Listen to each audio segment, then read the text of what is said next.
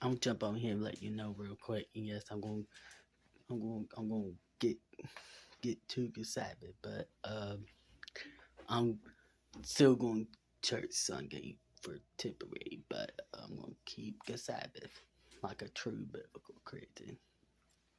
But I'm jump on here and let you know. This is very Doja Cat to release her new song. And the sad part is on special news. I know what's going on, but she is releasing a new song. Tense week. This is very tense. So, and on top of that, she is mocking the Holy Spirit. So, am I gonna pray for her? Nope. No. Cause it says in the scripture, if you mock, you can mock. You can mock God the Father, and you can mock the Son. But when you mock the Holy Spirit,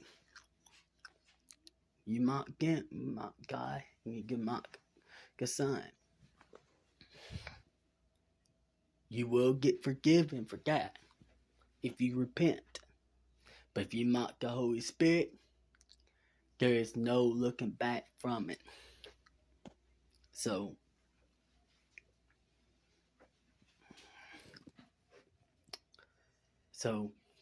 I'm just gonna let her be a curse, like the Bible says.